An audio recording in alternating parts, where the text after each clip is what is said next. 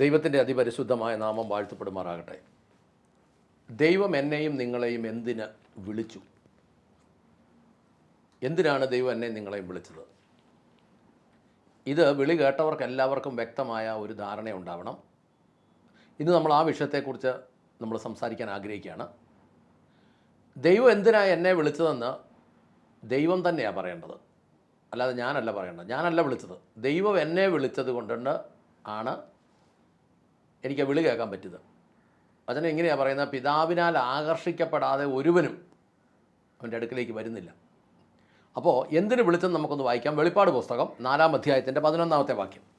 കർത്താവേ, നീ സർവവും സൃഷ്ടിച്ചവനും എല്ലാം നിന്റെ ഇഷ്ടം ഹേതുവാൽ ഉണ്ടായതും സൃഷ്ടിക്കപ്പെട്ടതും ആകയാൽ മഹത്വവും ബഹുമാനവും ശക്തിയും കൈക്കൊള്ളുവാൻ യോഗ്യൻ എന്ന് പറഞ്ഞും കൊണ്ട് തങ്ങളുടെ കിരീടങ്ങളെ സിംഹാസനത്തിന് മുൻപിലിടും. സത്യവേദ പുസ്തകം അങ്ങനെ എഴുതിയേക്കുന്നു. NIV ഇങ്ങനെ വായിക്കുന്നു: ഞങ്ങളുടെ കർത്താവും ദൈവവുമേ, അങ്ങ് മഹത്വവും ബഹുമാനവും ശക്തിയും കൈക്കൊള്ളുവാൻ യോഗ്യൻ. എന്തെന്നാൽ അങ്ങ് സകലത്തെയും സൃഷ്ടിച്ചു, അവിടുത്തെ ഇഷ്ടത്താൽ അവ ഉത്ഭവിക്കുകയും സൃഷ്ടിക്കപ്പെടുകയും ചെയ്തു എന്ന് പറഞ്ഞുകൊണ്ട് തങ്ങളുടെ കിരീടങ്ങളെ സിംഹാസനത്തിന് മുമ്പിൽ ഇടും. ഈ 24 മൂപ്പന്മാരാണ് ഈ കാണിക്കുന്നത് തങ്ങളുടെ കിരീടങ്ങളെ. കിരീടം എന്ന് പറഞ്ഞാൽ എന്നാ? കുടുംബം, മക്കൾ, കൊച്ചുമക്കൾ, സമ്പത്ത്, ജോലി എന്ന് പറഞ്ഞാൽ അത് നമുക്ക് അലങ്കാരമായതെല്ലാം കിരീടം. നമുക്ക് അലങ്കാരമായതെല്ലാം കിരീടം. നല്ല ജോലി കിരീടമാണ്, നല്ല വരുമാനം കിരീടമാണ്. അങ്ങനെ നമുക്ക് അലങ്കാരമായിട്ടുള്ളതൊക്കെയാണ് ഈ കിരീടം എന്ന് പറയുന്നത്. ഈ കിരീടങ്ങളാണ്, ഒരിക്കൽ കൂടെ പറയാം, സമ്പത്ത്, കുടുംബം, മക്കൾ, കൊച്ചുമക്കൾ, ഈ ജോലി, ഇതെല്ലാം അലങ്കാരങ്ങളാണ്. ഇതെല്ലാം ദൈവസന്നിധിയിലിടും. അതായത് സർവശക്തനായ ദൈവം നമ്മളെക്കാളും ശക്തരായ പല ജീവിതങ്ങളും ഉണ്ടായിട്ടും അവിടുത്തേക്ക് മഹത്വം കൊടുക്കാൻ എന്നെ തിരഞ്ഞെടുത്തു. എന്തിന്? വാക്യം വായിക്കാം. സങ്കീർത്തനം 8:1. ഞങ്ങളുടെ കർത്താവായ യഹോവേ, നിന്റെ നാമം ഭൂമിയിലൊക്കെയും എത്ര ശ്രേഷ്ഠമായിരിക്കുന്നു. നീ ആകാശത്തിൽ നിന്റെ തേജസ് വച്ചിരിക്കുന്നു. ഞങ്ങളുടെ ദൈവമായ യഹോവയെ, തിരുനാമം ഭൂമിയിലൊക്കെയും എത്ര മഹനീയം. അവിടുന്ന് തൻ്റെ തേജസ് ആകാശത്തിനു മീതെ സ്ഥാപിച്ചിരിക്കുന്നു. ചില ബൈബിളിൽ എഴുതിയേക്കുന്നത് ആകാശത്തിനു മീതെ തേജസ് സ്ഥാപിച്ചിരിക്കുന്നു. POC ബൈബിളിൽ എഴുതുന്നത് മഹത്വം സ്ഥാപിച്ചിരിക്കുന്നു. കിങ് ജെയിംസ് വേർഷൻ ഇംഗ്ലീഷ് ബൈബിളിൽ എഴുതിയിരിക്കുന്നത് set your glory above the heavens എന്ന് എഴുതിയിരിക്കുന്നു. ആംപ്ലിഫൈഡിൽ you have set your glory on the heavens. എൻ്റെ ബ്രാക്കറ്റിൽ ഓർ എബവ് എന്ന് എഴുതിയിട്ടുണ്ട്. ഇനി അതെന്താണെന്ന് നോക്കാം. സങ്കീർത്തനം 66 വായിച്ചേ. 66-ന്റെ 1, 2, 3. സർവഭൂമിയുമായുള്ളവേ, ദൈവത്തിന് ഘോഷിപ്പിൻ. അവന്റെ നാമത്തിന്റെ മഹത്വം കീർത്തിപ്പിൻ. അവന്റെ സ്തുതി മഹത്വീകരിപ്പിൻ. നിന്റെ പ്രവർത്തികൾ എത്ര ഭയങ്കരം. നിന്റെ ശക്തിയുടെ വലിപ്പത്താൽ ശത്രുക്കൾ നിനക്ക് കീഴടങ്ങും. അതായത് ദൈവം എന്നെ എന്തിനു വിളിച്ചു എന്നതിൻ്റെ യഥാർത്ഥ ഉത്തരം ഇതാണ്. വിളി കേട്ടവൻ ഇതൊക്കെ പറയണം. സർവഭൂമിയുമേ, ദൈവത്തിന് സന്തോഷത്തോടെ ആർപ്പിടുവിൻ. അവിടുത്തെ നാമത്തിന് മഹത്വം കൊടുപ്പിൻ. സ്തുതിച്ചവിടുത്തേക്ക് മഹത്വം നൽകുവിൻ. ദൈവത്തോട് പറയുവിൻ, അങ്ങയുടെ പ്രവർത്തികൾ എത്ര ഭയങ്കരം. അങ്ങയുടെ ശത്രുക്കൾ തിരുമുമ്പിൽ നിലംപരിചാകും വിധം അവിടുത്തെ ശക്തി നിസ്തുലം തന്നെ. ഇത് വിളി ലഭിച്ചവൻ വിളിച്ചു പറയേണ്ട കാര്യമാണ്. സർവഭൂമിയുമേ, ദൈവത്തിന് സന്തോഷത്തോടെ ആർപ്പിടുവിൻ. ഈ സർവഭൂമിയെ എന്ന് പറയുമ്പോൾ അതിൻ്റെ അർത്ഥം അവിടെ മനുഷ്യൻ എന്ന് തന്നെയാണ്. അവിടുത്തെ നാമത്തിന് മഹത്വം കൊടുപ്പിൻ. സ്തുതിച്ചവിടുത്തേക്ക് മഹത്വം നൽകുവിൻ. ഇതെല്ലാം എൻ്റെ വായ ചെയ്യേണ്ടതാണ്, വിശ്വസിക്കുന്നവൻ്റെ വായ ചെയ്യേണ്ടതാണ്. ഇനി സങ്കീർത്തനം 71:8 വായിച്ചേ. എന്റെ വായ നിന്റെ സ്തുതി കൊണ്ടും ഇടവിടാതെ നിന്റെ പ്രശംസ കൊണ്ടും നിറഞ്ഞിരിക്കുന്നു. എൻ്റെ വായി അങ്ങയുടെ സ്തുതിയാൽ നിറഞ്ഞിരിക്കുന്നു. ദിവസം മുഴുവൻ അത് അവിടുത്തെ മഹത്വം വർണ്ണിക്കുന്നു. ഞാൻ നിങ്ങളുടെ ചിന്ത നിങ്ങളുടെ തന്നെ വായിലേക്ക് കൊണ്ടുവരുന്നു. വായിൽ ദൈവത്തിൻ്റെ മഹത്വം എത്രത്തോളം നിറഞ്ഞിരിക്കുന്നു, അല്ലെങ്കിൽ ദൈവത്തിൻ്റെ സ്തുതി എത്രത്തോളം നിങ്ങളുടെ വായിൽ നിറഞ്ഞിരിക്കുന്നു, ദിവസം മുഴുവൻ അവിടുത്തെ മഹത്വം നിങ്ങൾ എത്രത്തോളം വർണ്ണിക്കുന്നു എന്ന് പറഞ്ഞാൽ, ഞാനും എൻ്റെ വായും താങ്കളും താങ്കളുടെ വായും ദൈവത്തെ എത്രയധികം മഹത്വപ്പെടുത്തുന്നുവോ അതിനാണ് ദൈവം ഓരോരുത്തരെയും വിളിച്ചിരിക്കുന്നത്. ദൈവത്തിനെ മഹത്വപ്പെടുത്താനും ദൈവത്തിൻ്റെ സ്തുതി ഉയർത്താനുമാണ് ദൈവം ഒരുത്തനെ വിളിച്ചിരിക്കുന്നത്. ദൈവത്തിൻ്റെ മഹത്വം വർണ്ണിക്കാൻ സത്യം പറഞ്ഞാൽ ദൈവത്തെ അറിയണം. ഈ ലോകത്തിൻ്റെ മഹത്വം പറയാൻ ഇപ്പം നമ്മൾ കണ്ടിട്ടുണ്ടോ? ഈ ചെറുപ്പക്കാർ സിനിമാ കഥകൾ പറയാൻ അവർക്ക് എന്നോ തീവ്രതയാണ്.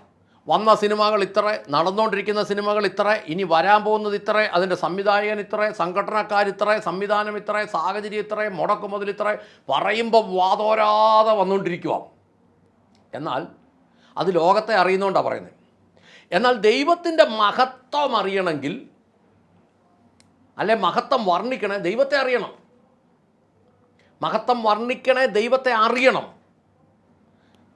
സ്വർഗം എൻ്റെ ഇരിപ്പിടം, ഭൂമി എൻ്റെ പാദപീഠം, എത്ര വലുതാണ് പറയണ ദൈവത്തെ അറിയണം. ഇനി മഹത്വം വർണ്ണിച്ചാൽ എന്നാ ഗുണമെന്നുള്ള സങ്കീർത്തനം 86:9-10 വായിച്ചേ. കർത്താവേ, നീ ഉണ്ടാക്കിയ സകല ജാതികളും തിരുമുൻപിൽ വന്ന് നമസ്കരിക്കും.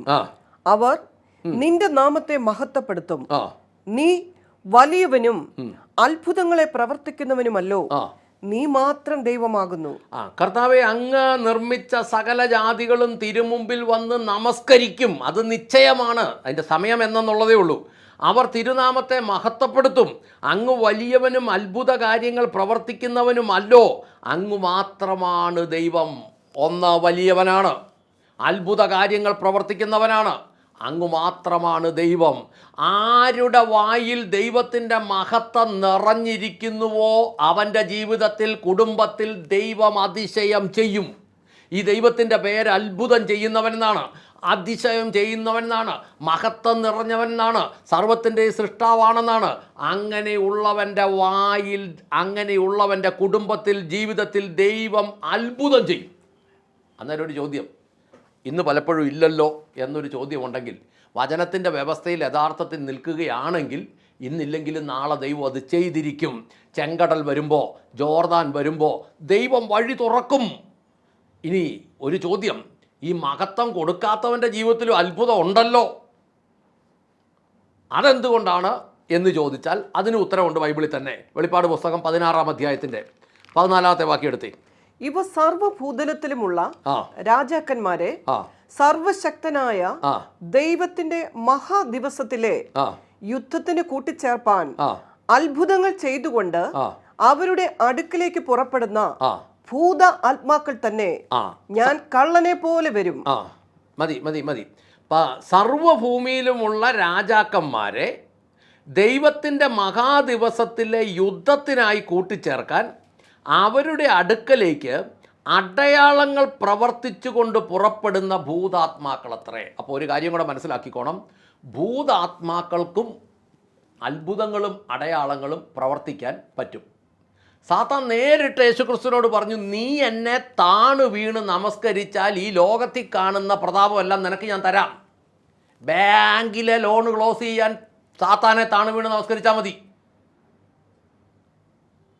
അതിന് സാത്താനെ താണു വീണ് നമസ്കരിക്കാൻ ഉള്ള ധൈര്യം ഉണ്ടെങ്കിൽ അതിന് നേരെ നിന്നാൽ സാത്താൻ അത് ചെയ്യും.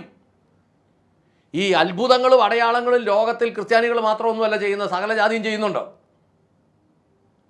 അതുകൊണ്ട് അടയാളങ്ങളും അത്ഭുതങ്ങളും എന്ന് പറയുന്നത് യേശുക്രിസ്തു ഭൂമി വന്നത് തന്നെ എന്തിനാന്ന് ചോദിച്ചാൽ അത് വിശ്വസിക്കുന്നവനെ പാപങ്ങളിൽ നിന്ന് വിടുവിക്കാനാണ്.